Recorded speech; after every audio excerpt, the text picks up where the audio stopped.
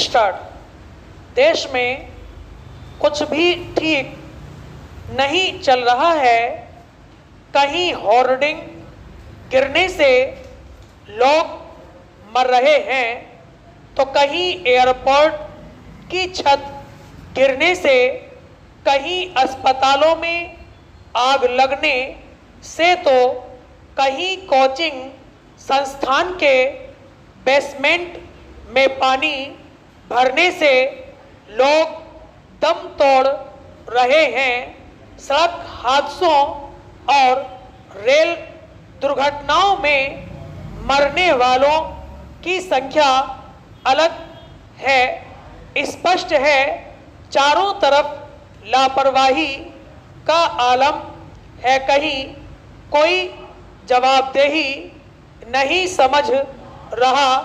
ऐसा लगता है कि सरकारें अपनी मस्ती की आलम में हैं और जो निगरानी तंत्र है या जिनके कंधों पर सुरक्षा व्यवस्था की महती जिम्मेदारी है, वे अपनी धुन में रमे हुए हैं।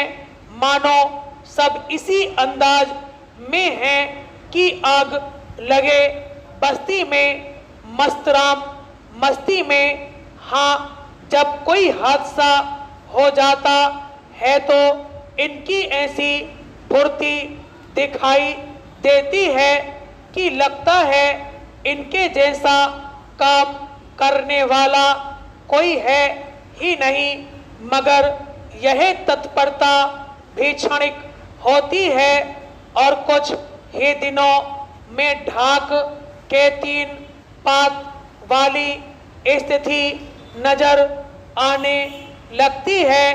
निश्चय ही हादसे व घटनाएं कहीं भी और कभी भी हो सकती हैं, इससे किसी को इनकार नहीं है। मगर सच यह भी है कि अगर व्यवस्था चौकस रहे और तंत्र ईमानदारी से काम करे तो ऐसे हादसे कम किए जा सकते हैं। यदि कोचिंग सेंटर पर निगरानी रखी जाए, अस्पतालों के सुरक्षा उपकरण जांचे जाएं, पुलियों के निर्माण पर नजर रखी जाए, तो क्या ऐसे हादसों से बचा नहीं जा सकता है? मगर आम आदमी की सुध कौन ले? आखिर यह क्यों नहीं समझा जाता कि आप लोगों के बच्चे भी इसी देश के नागरिक हैं? आखिर कब तक वे कभी गेमिंग जोन में तो कभी कोचिंग संस्थानों में व्यवस्था के हाथों असमय काल को प्राप्त होते रहेंगे।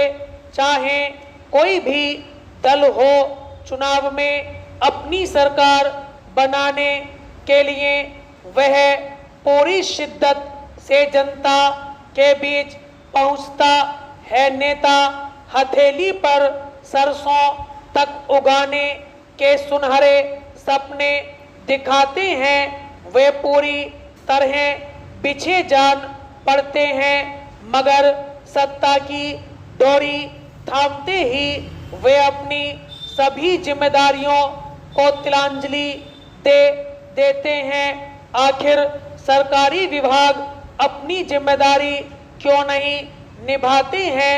क्यों हर हादसे के बाद ही संबंधित पदाधिकारी कुंभकर्णी नींद से जागते हैं? मेरा तो यह भी मानना है कि जिन अधिकारियों और कर्मचारियों पर हादसे की जिम्मेदारी तय की जाए, उन पर तो कानूनी गाज गिरे ही, साथ ही संबंधित विभाग के मंत्रियों पर भी सख्त कार्रवाई होनी चाहिए।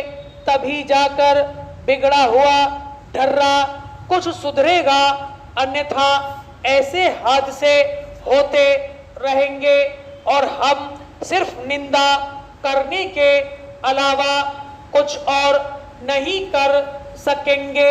स्टॉप।